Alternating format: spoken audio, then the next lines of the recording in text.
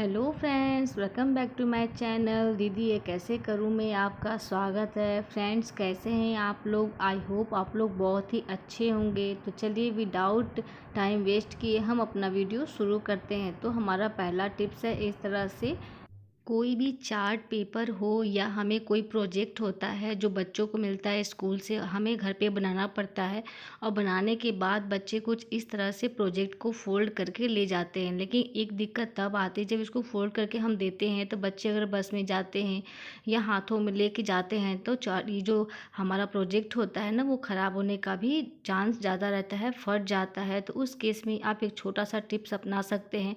हम बच्चों को कुछ इस तरीके से चार्ट पेपर को देते हैं या जो हमारा प्रोजेक्ट होता है इस तरीके से हम देते हैं। तो लेकिन आज मैं इसको ले जाने का बहुत ही कमाल का आइडिया आपको फ्रेंड्स बताने वाली हूँ। इस तरीके से फॉयल पेपर का तो हम सब अपने घर में यूज करते हैं और उसका जो रोल होता है ना वो बहुत ही कमाल का काम करता है। फ्रेंड इसके बहुत सारे टिप्स मैंने अपने चैनल पर ऑलरेडी डाल दी हूँ, आप जाके देखना चाहें तो ज़रूर से देखिएगा। अगर आपके पास ये फॉयल पेपर ना हो ना तो जब बच्चों के कॉपी में कवर लगाते हैं ना तो आप उसका भी यूज कर सकते हो। इस तरीके से बच्चे ले जाएंगे ना तो वो फटेगा नहीं और बहुत आसानी से ले जा पाएंगे। तो आई होप आप लोग को ये टिप्स अच्छी लगी हो। तो चलिए बढ़ते हैं अगले टिप्स के। फ्रेंड्स पर्स तो लेना हम सभी को बहुत अच्छा लगता है, सभी लेडीज पर्स लेना बहुत ही पसंद करती हैं। लेकिन कभी कभी क्या होता है हमारा मनपसंद जो पर्स होता है ना वो हाथ में लेते लेते गंदा हो जाता है या उसकी शाइन एकदम से चली जाती है और उसे हमें लेने का बिल्कुल भी मन नहीं करता। आज मैं आपको बहुत बढ़िया ट्रिक बताने वाली हूँ जिससे आप अपने पर्स को, पुराने पर्स को नया बना सकते हैं। आपको लेना है छोटा सा कॉटन और कॉटन में लेना है नेल रिमूवर जिससे हम नेल पेंट साफ करते हैं ना, वही आपको लेना है। इस तरीके से कॉटन में ले लीजिए और इससे अपने पर्स को, लेदर के पर्स है, चमड़े का जो होता है वो पर्स आप इससे बहुत आसानी से साफ कर सकते हैं।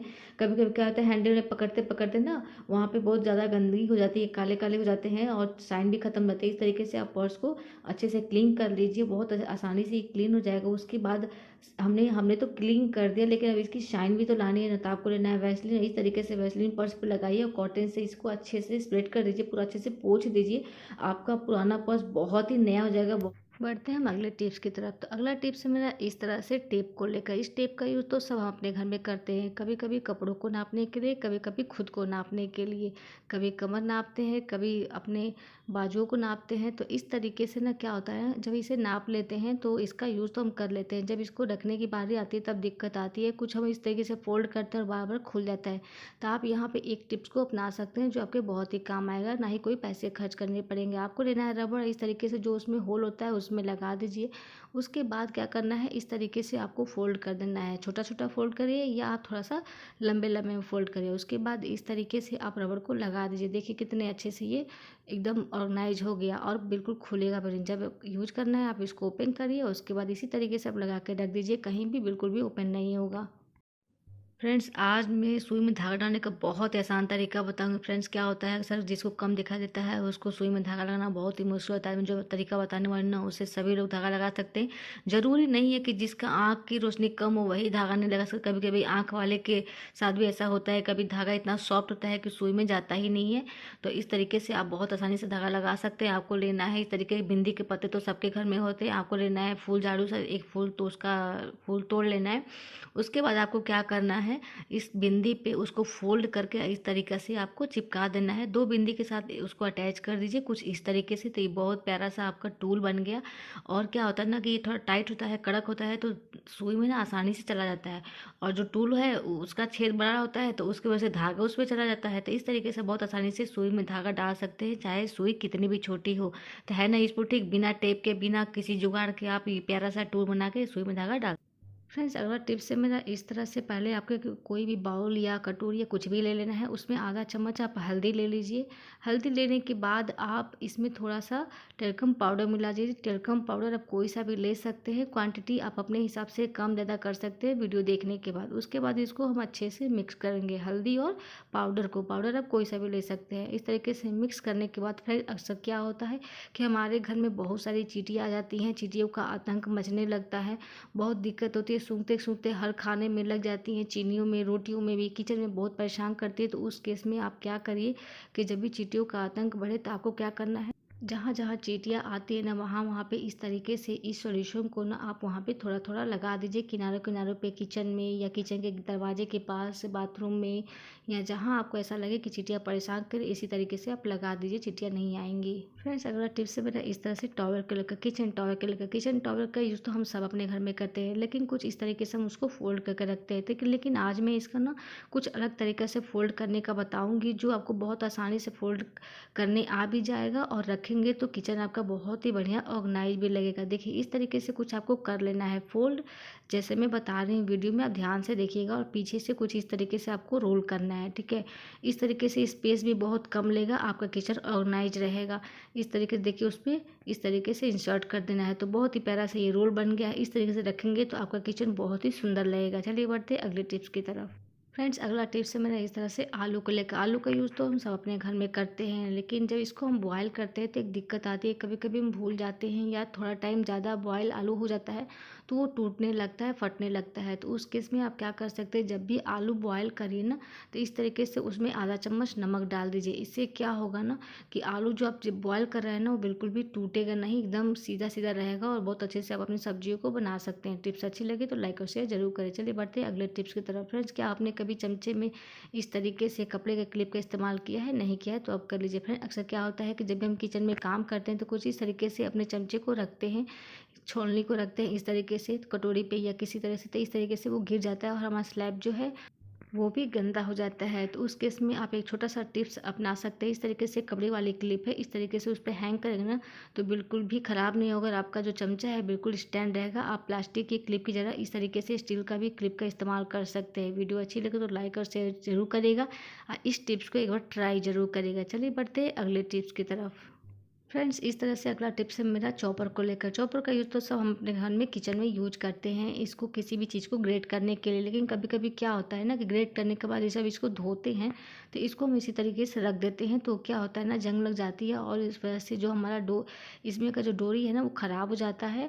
तो उस केस में आप क्या कर सकते हैं, इस तरीके से वैसलीन ले लीजिए, उस डोरी पर लगा दीजिए, ताकि वो टूटेगा नहीं, बहुत अच्छे से काम करेगा, इसकी चिकनाहट बनी रहेगी। तो आई होप आप लोगों को ये टिप्स भी अच्छी लगी। चलिए बढ़ते अगले टिप्स की तरफ।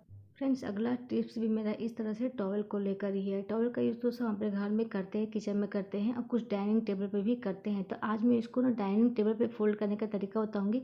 जब आप इस तरीके से सजा के रखेंगे ना तो आपका जो टॉवल है ना बहुत ही सुंदर लगेगा, और इसको बनाना भी बहुत ही आसान। आप देख सकते हैं मैंने इसको ना स्क्वायर में बराबर कर दिया है, मतलब कि थोड़ा सा लंबा में है ये, और इस तरीके से आप देख सकते हैं एक तरफ से मैंने इसको फोल्ड किया, फिर इस तरीके से उलट दिया। देखिए कितनी आसानी से, और बहुत ही प्यारा सुंदर सा लगता है। देखिए इस तरीके से अपने डाइनिंग टेबल पर रखेंगे तो आपकी डाइनिंग टेबल की खूबसूरती जो है वो बढ़ जाएगी। चलिए बढ़ते अगले टिप्स की तरफ।